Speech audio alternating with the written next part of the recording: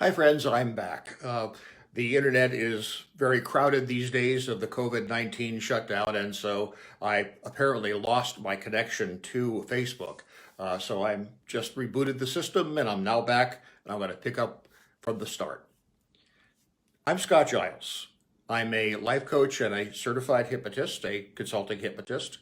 And every Saturday at 2:30, I shoot a little podcast here on Facebook and later put it on YouTube about some aspect of life coaching or the hypnotic arts and sciences. Today, I want to talk about the importance and power of personal rituals. Now, rituals are behaviors that we perform to address something in our lives. They're not habits. Habits are things we do automatically without thinking about them. Rituals require intention and purpose. Now, they calm us because we know what to do. We know we're going to do this first and this second and this third. They connect us to a sense of tradition or a sense of identity. An African American celebrating Kwanzaa is connecting with their heritage. In my denomination, the symbol of Unitarian Universalism is a flaming chalice. It's actually a symbol I don't much like, sort of like a candy dish with a candle in it. But at the start of every meaningful event, we all light that flaming chalice, and that connects us to this community. And it gives us a sense that we have some control over something that is actually out of our control. Now, we may know it's rationally, we may know it's out of our control, but at a psychological depth, it gives us a sense that maybe we're somehow influencing things energetically. Now, there was a wonderful, wonderful article that was published in 2013 in Scientific American by Francesca Gino and Michael Norton on personal rituals. And what they say is a personal ritual is a ritual that has a specific meaning to a specific person. And these things turn out to be ubiquitous across all cultures. The reason they're ubiquitous, the authors say, is that on the whole, they work. They tell a story about someone who was an avid golfer and had a lucky brand of golf ball. And they actually played better consistently with their lucky golf ball than with an ordinary golf ball, even though the two were functionally identical. Probably because somehow in the depths of the golfer's mind, having that lucky golf ball increased confidence and let them relax a little bit more as they swung the driver back and hit the ball. People who are grieving are very often comforted by the rituals around bereavement, a funeral mass, a memorial service, a Shiva, whatever it is that you do to honor the loss of someone you've loved or something you've loved. That does provide comfort. My wife and I have a personal ritual we perform when we lose one of our animal companions. And that's good. Rituals about confession may help us really alleviate a feeling of personal blameworthiness. Anger rituals help us feel less angry. Many people celebrate a kind of a New Age ritual called the fireball, where they write the things they want to lose or get out of their life, and they ritually burn it in a fireball.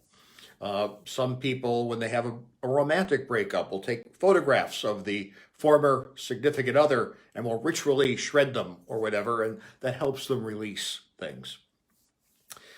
In the study, they have a wonderful paragraph, which I want to share with you. Basketball superstar Michael Jordan wore his North Carolina shorts underneath his Chicago Bulls shorts in every game. Curtis Martin of the New York Jets reads Psalm 91 before every game. And Wade Boggs, former third baseman for the Boston Red Sox, woke up at the same time each day, ate chicken before each game, took exactly 117 ground balls in practice, took batting practice at 5:17, and ran sprints at 7:17. Boggs also wrote the Hebrew word for kai, living, in the dirt before each bat, and he was not Jewish. That's the thing that people will do to kind of give themselves that little extra edge of confidence that maybe somehow this will help. the researchers who wrote the article did an experiment. They took a group of people and said, we're going to put you in a lottery. And if you win the lottery, you win $200 in cash. And then they had everyone, talk about what they would do with that $200 just to kind of increase their sense of anticipation. And then they drew the winning number, and the winner was allowed to leave the room. But the people who remained, the losers, were divided into two groups. One was a control group, and they did nothing. The other group, the experimental group, were asked to perform a specific ritual. They were asked to first draw on a piece of paper an image that described how they felt for 10 minutes. Second, they were to sprinkle salt on that paper. Third, they were to fold and tear up the paper and then count to 10 in their head 5 times. Totally nonsensical ritual. Yet when they were tested, the experimental group who had done that silly ritual objectively tested on psychological instruments as being happier and healthier than the control group, which just lost the opportunity to win $200. The ritual somehow had helped them adapt psychologically.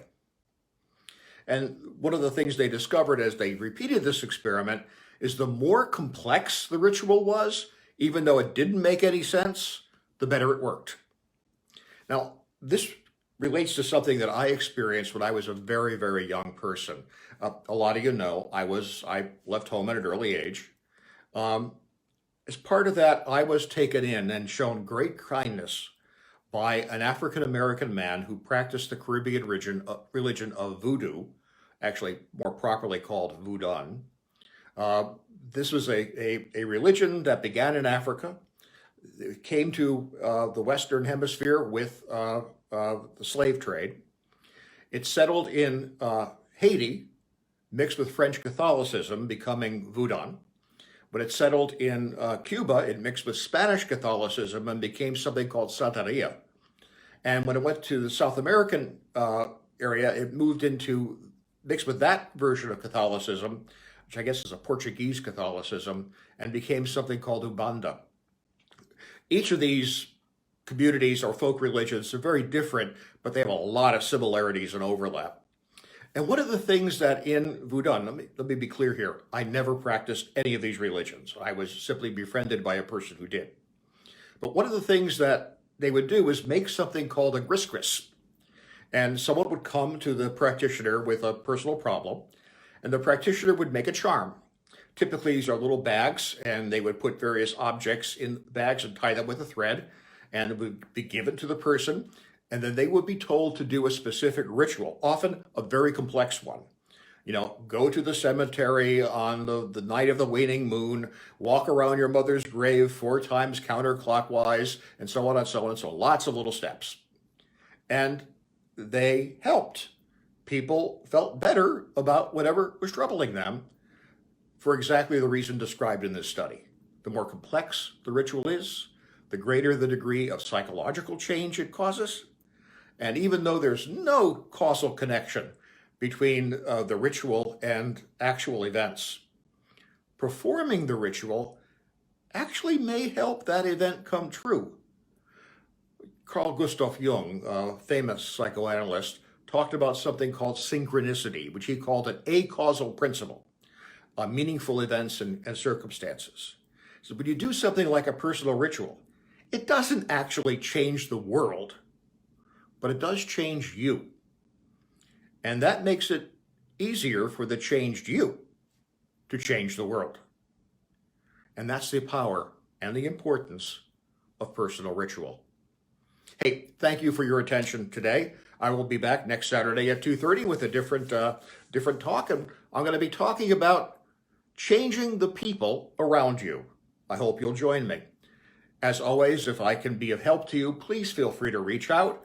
And when I edit this for my YouTube channel, I'll put my website and my Patreon channel URLs as titles, so you can check them out. The Patreon channel is for those people who want a deeper experience of my work and see special videos that I make only for my Patreons that are a little bit edgier. So duly warned. And if you're watching this on YouTube, please like and subscribe. And if it's on Facebook, please also like. Thank you much. Stay well. Stay safe.